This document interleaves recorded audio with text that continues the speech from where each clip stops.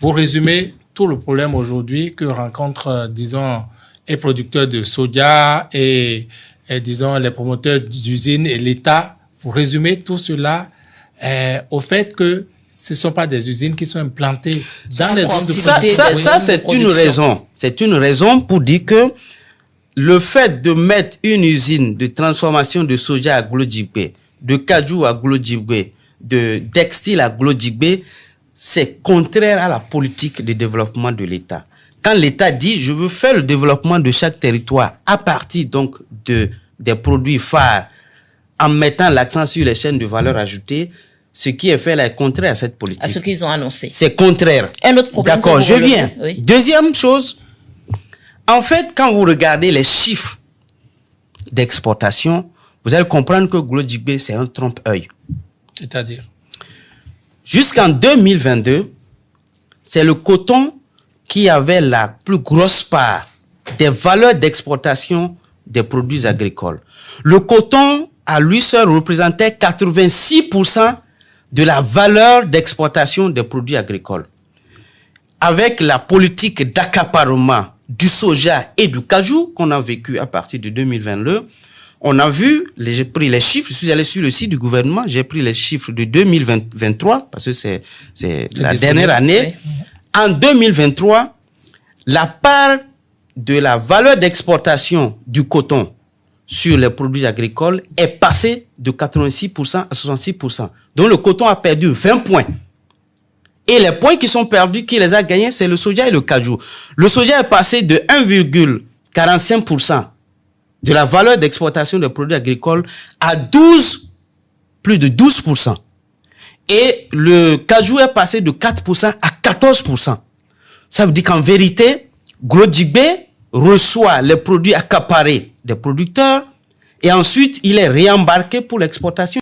C'est depuis fin 22 qu'on a interdit l'exportation du soja et du cajou. On a vu ici, on a fait des tranchées, on a mis des grosses pierres sur les voies, etc., pour empêcher aux produits de sortir. On dit désormais, nous allons transformer nos produits agricoles au Bénin. On a créé une grosse usine de transformation. C'est un mécanisme. Vous êtes allé dans quel supermarché au Bénin, vous avez vu un produit venant de Glodjibé? Il ne s'en cache pas, c'est pour l'exportation.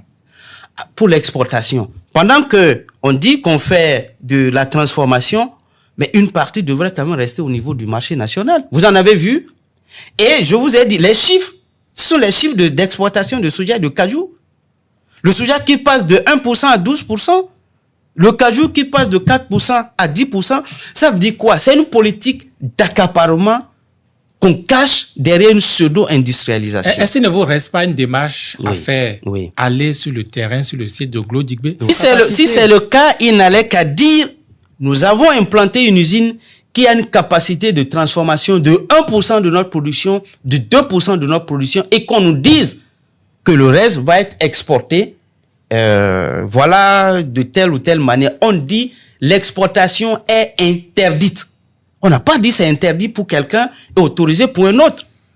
Donc, si je vous résume, c'est l'État ou le système qui est mis en place qui récupère, moi je ne vais pas utiliser votre mot, s'accapare, qui récupère donc le soja et qui le réexporte au lieu que les producteurs exportent directement. Glodjibé, c'est le fruit d'un partenariat public-privé.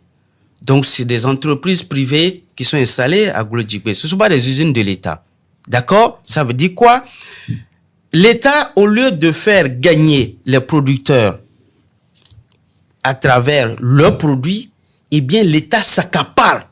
S'accapare, le mot n'est pas fort. Je dis bien s'accapare des produits pour les remettre à une entreprise privée qui fait des bénéfices, qui les exporte pour faire des bénéfices. Que savez-vous du partenariat de l'État avec les producteurs? Parce qu'actuellement, ils sont en pleine campagne de réorganisation de ces filières-là. Ce qu'ils ont mis en place, ce qu'on appelle l'interprofession, ça existait déjà pour le coton. Vous avez jamais vu un cotoculteur devenir riche? Est-ce qu'il y a un cotoculteur qui est devenu riche? Votre problème, c'est de rendre riches les cotoculteurs. Bien sûr. Quand on veut évaluer la conséquence économique d'une filière, c'est d'abord au niveau de l'exploitation agricole que la première évaluation se fait. Parce que la décision de produire est prise au niveau de l'exploitation. Si le producteur dit je ne vais plus produire, le reste de la chaîne est coupé. Il n'y a plus de filière. Il n'y a plus de filière. Donc, il faut évaluer la conséquence économique au niveau de l'exploitation. C'est au niveau de l'exploitation qu'on voit, est-ce que la politique qui est en cours a permis aux producteurs de gagner mieux? Est-ce que ça a amélioré le revenu des producteurs? Est-ce que ça a amélioré la qualité de vie des producteurs? Est-ce que ça a permis aux producteurs d'améliorer leur capital de production? À toutes ces questions, c'est non. Quand vous regardez aujourd'hui... Mais le Bénin n'est pas premier producteur de coton pour rien. Oui, il est premier producteur du coton. Sur quel chiffre? Même si les chiffres, parce que moi, je sais pas comment les chiffres sont fabriqués, je peux pas me prononcer ne parlez pas de fabrication. Non, je peux pas me prononcer sur les chiffres, mais ce que je sais, c'est que le coton qui est produit ne profite pas aux producteurs de coton. Sur quelle base vous reposez-vous pour dire que le coton produit ne profite pas? Je suis sur le terrain. C'est pour la première fois on voit un cotonculteur qui dit je suis au Niger, je suis au Nigeria, je peux plus revenir parce que je suis endetté. Un cas isolé, ce n'est pas la C'est généralité. pas un cas isolé. Faites un tour. Mais les gens continuent à produire le coton. Oui. Parce qu'ils n'ont pas de choix. Et bien, vous regardez, le soja ne fait pas partie des filières phares du Bénin. Le soja a fait du boom parce que le coton ne marchait plus et il fallait se trouver un autre produit qu'on pouvait vendre à côté, au Nigeria, au Togo, et ainsi de suite. Et c'est comme ça, le soja, sans être une filière sur laquelle l'État est parti promouvoir au départ, a fait du boom. Donc les cotonculteurs ont cru devoir quitter le coton pour faire du soja, mais malheureusement, l'accapareur s'est jeté encore sur ce nouveau produit et il s'en accapare. Il s'en est pas au détriment, docteur, il s'en accapare. J'utilise le mot accaparer parce que quand l'agriculture, c'est aussi une entreprise. Le producteur qui a une exploitation agricole, c'est pour faire du bénéfice. Et s'il roule à perte 1, 2, 3 ans, il met la clé à la porte comme n'importe quelle entreprise. Et c'est ce qui se passe aujourd'hui. Donc si tu produis ton soja à 250 francs le kilo et qu'on te l'achète moins que ça, c'est de l'accaparement. Mais c'est vous qui le dites. J'ai entendu parler les producteurs de soja. Ils sont plus ou moins heureux de cette réorganisation de leur filière. Non, ils ne sont pas heureux. Je vous le dis, ils sont pas heureux. Pourquoi? Vous n'allez pas me dire un producteur qui a la possibilité de vendre le même produit à 400 francs quelque part et qu'on lui dit non, on ne te permet pas de le vendre à 400 francs, mais nous allons te l'acheter de gré ou de force à 250 francs, à 250 ou à 260 francs. Vous n'allez pas me dire qu'il est content. Il ne peut pas être content. Mais aujourd'hui, vous avez vu, mais quand on a commencé par faire des tranchées, par mettre des grosses pierres, vous avez vu les soulèvements. Vous avez vu les soulèvements.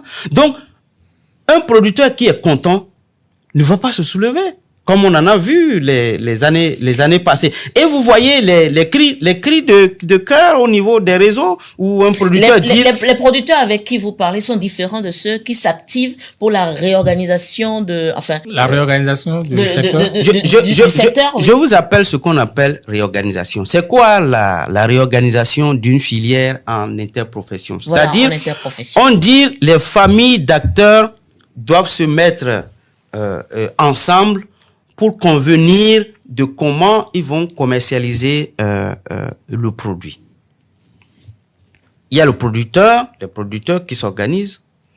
Il y a les autres acteurs, normalement les fournisseurs d'intrants, ensuite les industriels. Les transporteurs. Non, les transformateurs. Pour ce qui est du soja, moi j'ai vu seulement deux familles, les producteurs et les transformateurs. Combien sont-ils ces transformateurs? Tout à l'heure, moi, je vous ai dit, la transformation, je suis pas sûr qu'on transforme ne serait-ce que 5% de notre production avec les chiffres d'exploitation. Je viens. Donc, en attendant d'être capable de transformer la totalité, il fallait permettre que le surplus soit exporté. Pour le coton, on satisfait les usines de textiles et le reste est exporté de façon officielle. Pourquoi il ne faut pas faire la même chose pour le soja? Pourquoi dire aucun grain de soja ne sort? Pourquoi? Alors qu'on n'est pas capable de tout, de tout transporter. Le Bénin appartient aux Béninois. Le soja appartient aux producteurs de soja. On ne va pas les priver de leurs produits pour donner à une entreprise privée. Est-ce que vous avez discuté avec les petits producteurs? Que veulent-ils? Que disent-ils? Mais ils veulent mieux vendre. Le producteur, je dis, une exploitation agricole est une entreprise qui veut faire des bénéfices.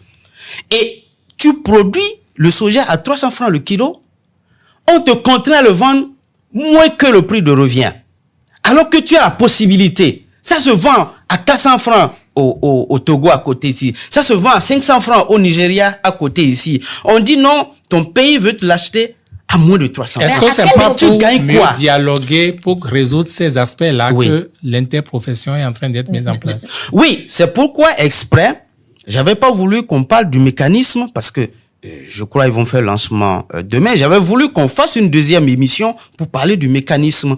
Vous allez voir, c'est le mécontentement quand ils vont annoncer le mécanisme, quand ils vont annoncer Et s'il n'y a pas de les prix. mécontentement, docteur? Non, moi, mon souhait, c'est qu'il n'y ait pas de mécontentement. Mon souhait, c'est qu'il n'y ait pas de mécontentement. Mais il a fallu qu'on annonce le mécanisme à Ouassel la fois dernière. Vous avez vu dans les réseaux sociaux les mécontentements qui ont commencé par fuser. Donc, c'est quoi le problème? Il faut redonner le Bénin aux Béninois. Les producteurs de soja, ils produisent le soja parce qu'ils veulent mieux vivre. Les producteurs de cajou, ils produisent leur cajou parce qu'ils veulent mieux vivre. Il faut leur permettre de mieux vendre leurs produits pour que la production continue. Mais c'est une politique également. Une C'est-à-dire politique développer un d'appauvrissement, secteur. une politique qui appauvrit, qui appauvrit appauvrit les Une politique qui producteurs. fait faire des sacrifices aux producteurs. Et c'est un préalable, vous ne pensez pas? Quel préalable? Sacrifice à quel niveau? Le producteur, celui qui a produit du soja, a déjà fait assez de sacrifices. Produire du soja, ça, c'est pas facile, ça. Pourquoi vous ne proposez pas, par exemple, que Oui. l'État rachète Oui. le soja ou l'anacarde chez les producteurs Oui. à prix beaucoup plus élevé? Oui. Oui, c'est juste, c'est pas moi qui le demande. C'est ce que le producteur demande. Moi, j'ai produit mon soja, je veux le vendre à un bon prix pour améliorer mon revenu, pour améliorer ma qualité de vie, pour améliorer mon capital de production. Mais si on me l'achète moins que le prix de revient, je ne peux pas continuer par produire. Donc, cette politique ne permet pas de continuer la production dans le futur. Docteur Oui. Adam Sounon, Oui. Kondé, Oui. si il vous est demandé Oui. d'améliorer l'existant, Oui. l'existant, c'est-à-dire maintenir, n'est-ce pas, la zone Glodjigbe, Oui. et continuer avec, qu'est-ce que vous allez Qu'est-ce que vous proposer ferez? Oui. de manière concrète Oui, de façon... pour améliorer l'existant? Ce que j'ai à proposer, c'est que nos dirigeants respectent la politique de développement de l'État. Nous avons fait un choix, nous avons fait une option. Nous avons dit chaque territoire doit être développé à partir des produits agricoles phares de ce territoire. Voilà, ça n'a pas été fait. Il faut revenir à ça. Soit on change de politique, Ah oui, carrément. soit on change de politique. S'ils ne veulent pas appliquer la politique qui est annoncée, c'est qui dit clairement quelle est la politique qui est en train d'être De mise en manière œuvre aujourd'hui. concrète, il faut installer une zone franche du genre de Glodjigbe Dans chaque localité. Dans les autres localités. Exactement. Dans la zone. Et l'usine de Glodjigbe doit permettre de transformer les produits phares du territoire de Glodjigbe. On va y C'est arriver. comme ça on va booster le développement de Glodjigbe. Et les produits phares aujourd'hui sur lesquels les dirigeants ont les yeux rivés, eh bien, qu'on met des usines pour transformer ces produits-là dans les territoires où ces produits sont produits pour booster le développement Est-ce de que ces ça veut territoires. dire que les contestations qu'on a passées par là au sujet de soja notamment, Oui. est-ce que ça veut dire que c'est une forme de protestation, voire des protestations politiques? Je viens de dire l'aspect politique. L'aspect économique qui amène le producteur à dire je suis d'accord ou je ne suis pas d'accord. Je vous ai dit tout à l'heure que pour évaluer la conséquence économique d'une filière, il faut aller au niveau de l'exportation. Aujourd'hui, le revenu du producteur n'est pas amélioré. Le producteur appauvri par cette politique d'accaparement. Deuxièmement, la qualité de vie du producteur se dégrade au jour le jour. Les suicides se multiplient. Et troisièmement, le capital de production est en train de disparaître. Les producteurs, parce qu'ils sont endettés, ils vont jusqu'à vendre leurs terres cultivées pour payer les dettes. Ça veut dire qu'il n'a même plus de capital de production. Quelqu'un qui n'a pas de capital, il va produire comment? Or, une politique de développement de filières devrait permettre aux producteurs d'améliorer son capital de production. Quand le producteur va jusqu'à vendre la terre pour payer les dettes, il faut renoncer à une telle politique. Il ne reste plus rien. Il ne reste plus rien. À qui se plaignent-ils? Oui. Est-ce que c'est à vous, parti des démocrates? Donc, du coup, est-ce que vous n'en faites pas un problème politique? Justement, non, ce n'est pas que nous en faisons un problème politique. Notre agriculture, nos filières pour se développer ont besoin d'un soutien politique fort. La preuve est qu'aujourd'hui, quand la politique qui est en cours est mauvaise, vous avez vu ce que ça donne. Des contestations des producteurs, des contestations des acheteurs, des contestations de tout le monde. Donc, ça veut dire quoi? Hier, on pouvait se dire, moi je suis producteur agricole, j'ai pas envie d'être maire, j'ai pas envie d'être député, j'ai pas envie d'être président de la République, donc la politique c'est pas mon affaire. Aujourd'hui, les producteurs ont compris qu'ils ont besoin d'un soutien politique fort pour avoir des filières fortes et pour avoir une économie agricole prospère. Et aujourd'hui, quand vous regardez, il n'y a que le parti Les Démocrates qui donne de l'espoir. Parce que les autres partis qui se disent soutenir la politique de paupérisation des producteurs, eh bien, vous n'allez pas dire aux producteurs... Quel espoir le parti donne à pas recenser les plaintes? Non, l'espoir que les producteurs doivent avoir, c'est que, puisque eux-mêmes ils voient, ils avaient déjà vu les dirigeants du parti Les Démocrates gérer le pouvoir et développer l'agriculture, ils ont décidé, le peuple a décidé de changer de main. Et les nouveaux dirigeants sont venus avec une nouvelle politique et ils ont également tiré les conséquences. Donc aujourd'hui, ils redonnent l'espoir au parti Les Démocrates. Et je crois qu'ils n'ont pas de choix que de soutenir le parti Les Démocrates. Parce qu'il n'y a que le parti Les Démocrates qui pourra changer cette politique. La zone franche de Glodjigbe est un bijou que tout le monde affectionne, que les gens viennent voir. C'est un bijou, mais qui n'est pas de nature à booster l'économie. On n'a pas besoin des bijoux beaux pour le regard. On a besoin des bijoux qui auront un impact économique pour le Bénin. Alors, moi, je voudrais bien comprendre. Est-ce que vous nuancez en disant il faut créer ces zones-là ailleurs où ce n'est pas bon du tout, c'est nuisible pour l'économie comme vous dites? Je vous ai expliqué.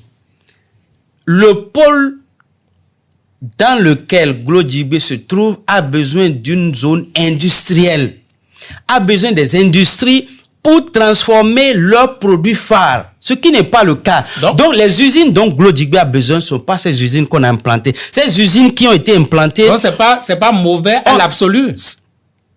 Personne n'a jamais été contre l'industrialisation d'un pays. Les pays qu'on appelle pays développés aujourd'hui sont des pays industrialisés. Donc je ne sais pas pourquoi nous serons contre l'industrialisation.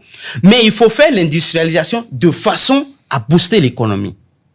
Et ici, la politique d'industrialisation qui est en cours est une politique anti-développement. Parce qu'on amène des industries dans des zones où il ne faut pas les amener. Et les zones où on les amène, ces zones ont besoin d'autres industries qu'elles n'ont pas. Docteur Adam Sonokonde, vous dites que les collaborateurs du chef de l'État sont quand même majoritairement des fils de paysans et que vous ne comprenez pas pourquoi ils ne conseillent pas le chef de l'État à soulager les acteurs. Non, c'est pas. Qu'est-ce que vous voulez dire? C'est pas moi qui le dis. C'est-à-dire, aujourd'hui, on dit que notre population est à 80% analphabète. Non, pas analphabète, agricole. Ah, ok, d'accord. D'accord? On disait aussi analphabète. On dit aussi. Non. Les agriculteurs ne sont pas forcément des analphabètes. Ça dit que 80% sont occupés par l'agriculture. Donc, tous ceux qui sont aujourd'hui aux côtés du président de la République sont majoritairement des fils de paysans. Et a priori, eux qui ont été élevés, éduqués, instruits avec l'argent du champ, ils devraient être en mesure de défendre leurs parents qui sont producteurs. De votre point de vue, qu'est-ce qui se passe? Pourquoi ils ne parlent pas? Ils ne sont pas écoutés?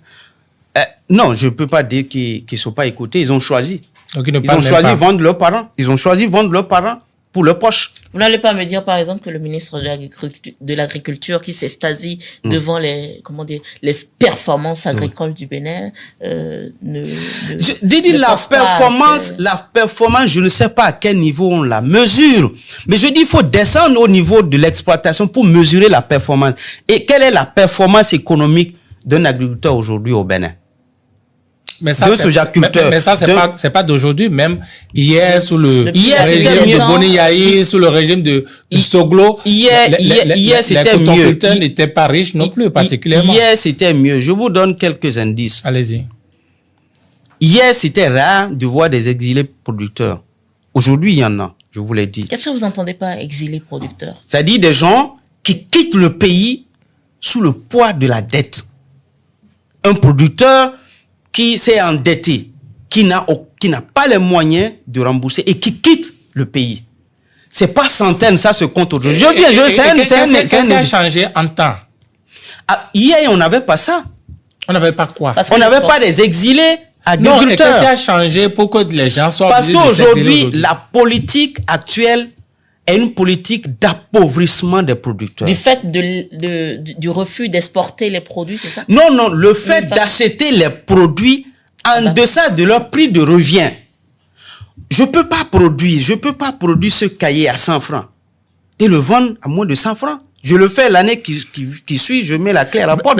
Et c'est ce qui se passe avec le producteur, malheureusement. Puisque vous êtes de la filière, oui. Adam Sounon, puisque vous êtes de la filière, comment ça se faisait? Quel était le mécanisme pour fixer les prix hier?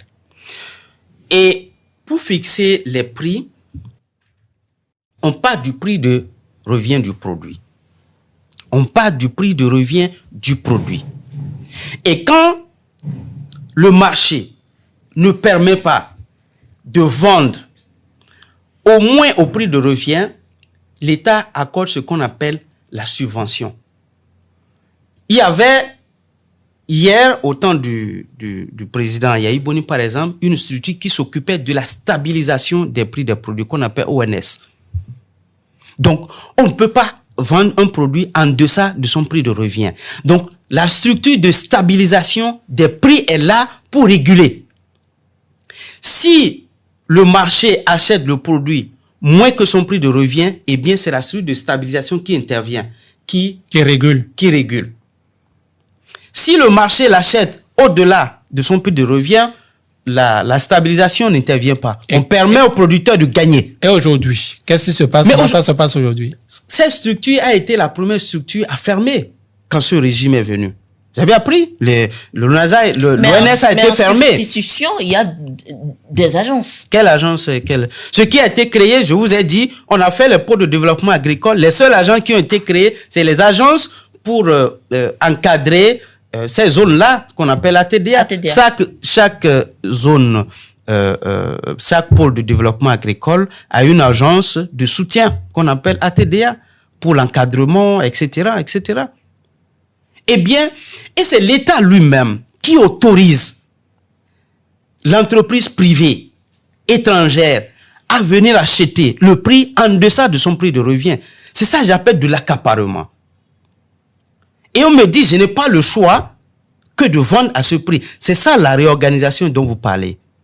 On dit désormais, voilà, vous êtes dans une organisation, eh bien, vous n'avez plus de choix que de vendre à l'entreprise. Mais dans ce cas, les producteurs ne sont plus obligés de produire du soja, de l'acajou. Ils peuvent faire du maïs, non, ils peuvent faire du oui, justement, on produit pour le marché.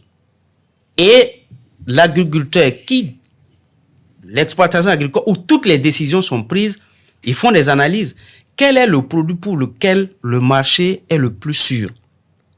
Hier, c'était le coton, mais à cause de la paupérisation, on dit il faut quitter. On vient vers le soja, le cajou, les produits pour lesquels le marché existe, eh bien, on instaure encore une politique d'accaparement. Et vous dites d'aller vers le maïs. Le maïs. Au moins, on va manger à notre aise. Oui, quel est comment on appelle? Oui, ça, vous dites qu'on va manger. Oui, et on va payer. Les producteurs vont payer. Le producteur ne produit pas seulement pour manger. Il faut aussi mettre... Il va exporter. Il va exporter. Le marché n'est pas aussi sûr pour le maïs que pour le soja et pour le cajou. Cajou. Le privé qu'on a fait venir, qui est à Glo-Djigbe, pourquoi il n'a pas mis en place une usine de, comment on appelle, De transformation de de maïs. transformation de maïs? Pourquoi c'est pour le soja? Pourquoi? Répondez-nous. C'est un courtier alimentaire.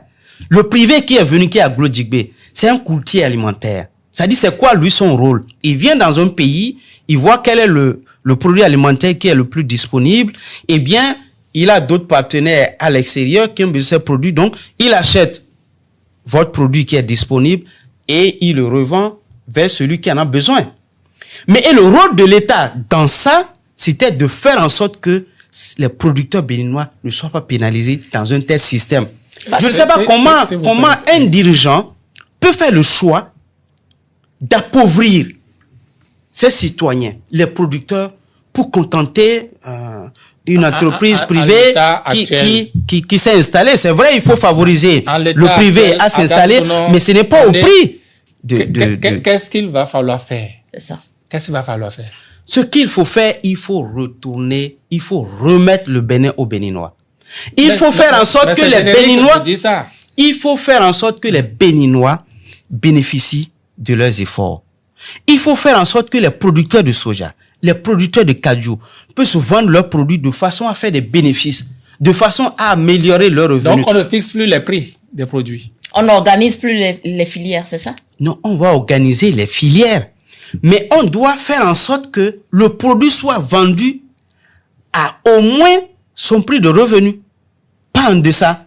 Votre parti et permettre aux producteurs de faire de bénéfices. C'est ça le rôle de l'État. Donc, il faut restaurer une structure comme l'ONS, c'est ça? Pas forcément. Mais ce n'est pas exclu d'avoir une structure de stabilisation des prix pour permettre aux producteurs de ne pas être perdants.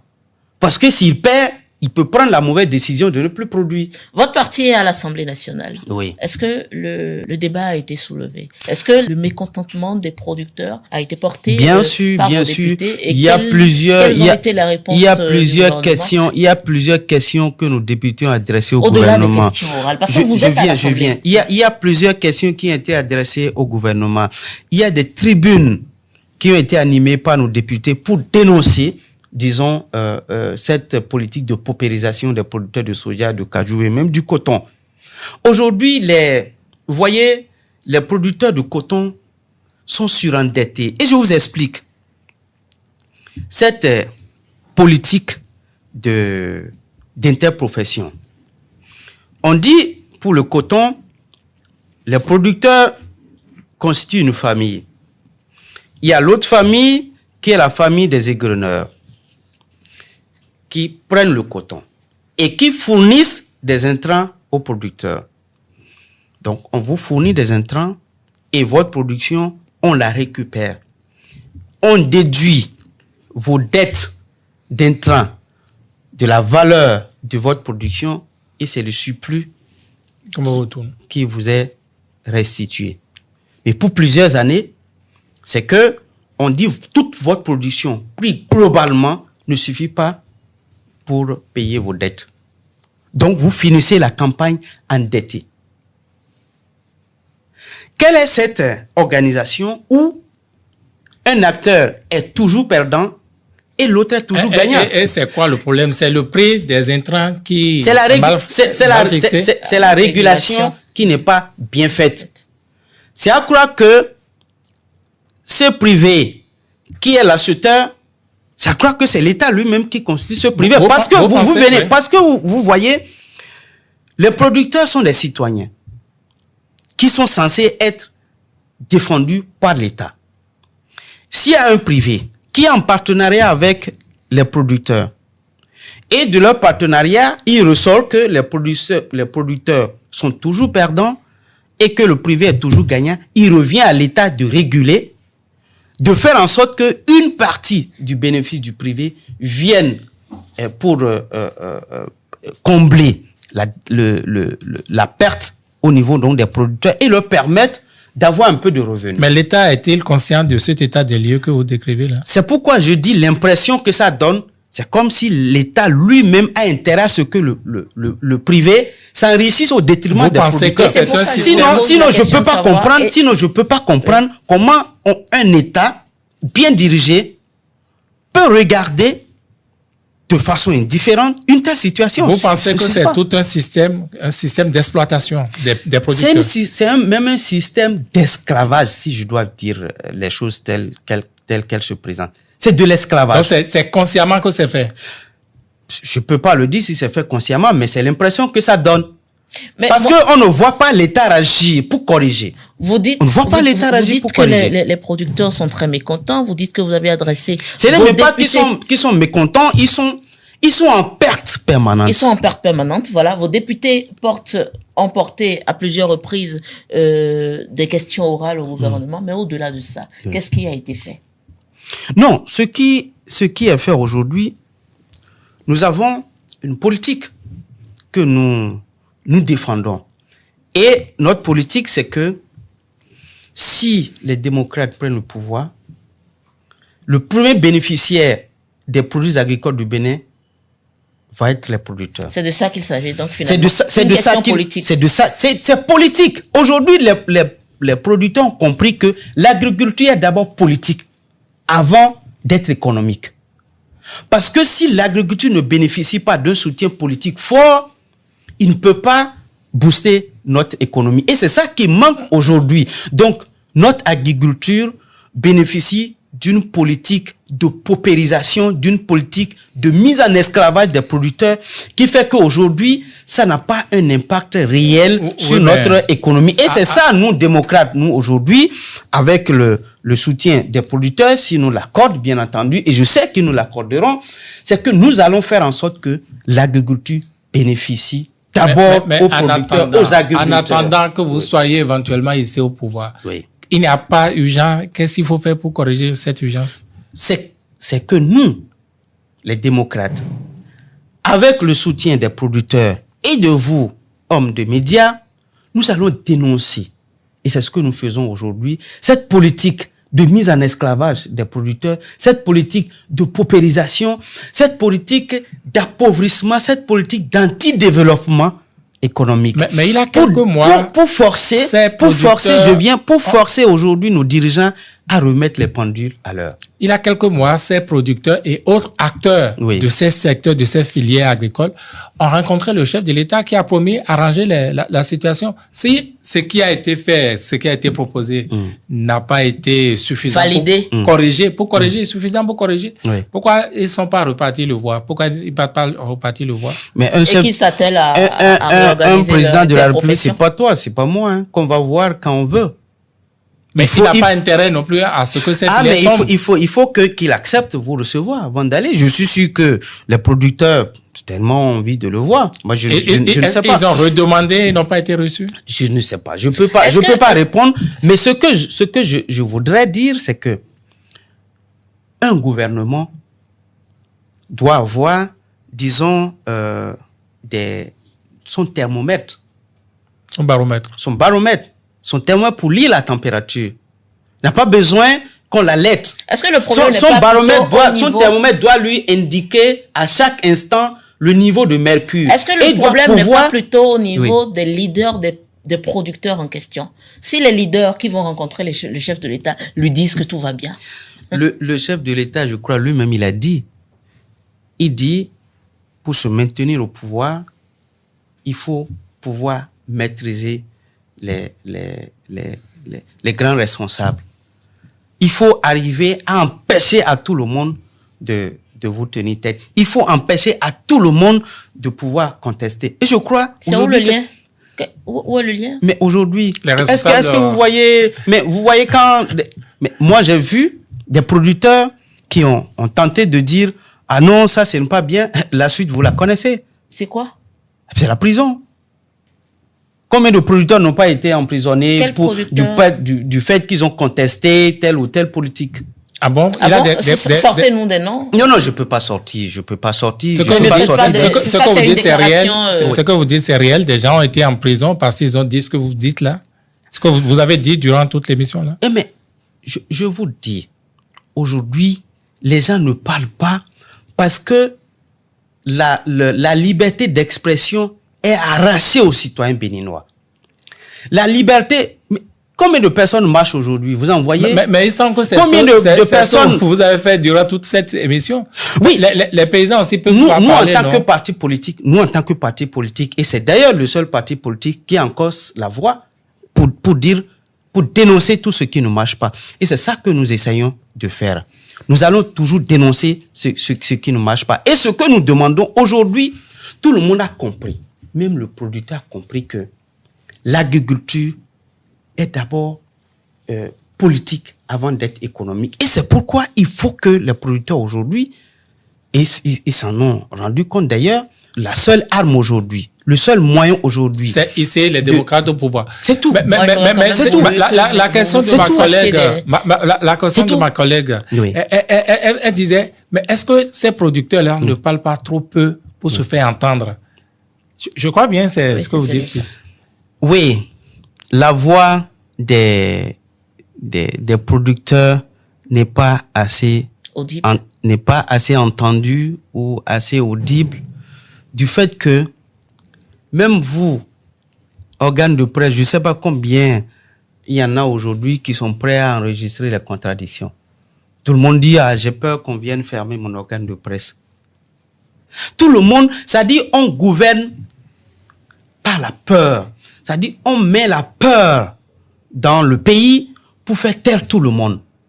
Mais c'est ça la gouvernance aujourd'hui. D'aller trouver la recette contre la peur. C'est ce que nous faisons aujourd'hui. Donc, nous disons ce que... Au lieu de dire, Dr Kandé, oui, que de hisser d'abord les démocrates pour que les démocrates trouvent la solution magique, oui, oui. Est-ce qu'il n'y a pas moyen d'aider le Bénin à arranger les choses aujourd'hui? Oui, notre moyen... Le moyen dont nous disposons aujourd'hui d'aider le pays, oui, c'est de faire ce que nous faisons là. Tout le monde ne peut pas comprendre, tout le monde ne peut pas analyser une politique. Et c'est ça que nous faisons. En disant, telle politique, telle qu'elle est conçue, voilà les insuffisances qu'elle porte, les insuffisances qu'elle porte en elle-même.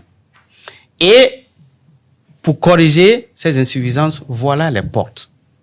Et deuxièmement, défendre les plus faibles, défendre les sans-voix.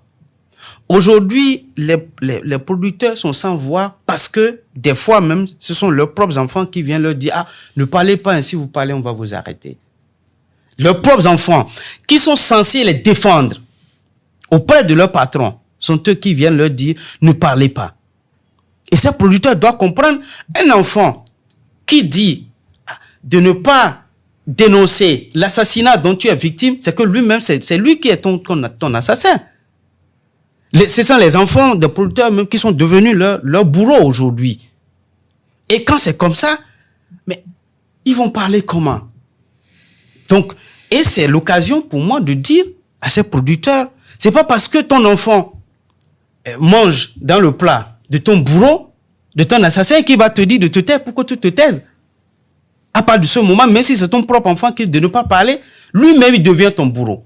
Et si tu veux te libérer, tu dois te débarrasser de cet enfant-là pour te faire entendre. Sans faire une incitation à la rébellion. Non, c'est pas une incitation à la rébellion. Ce que vous dites, c'est que les producteurs se fassent entendre. Ok.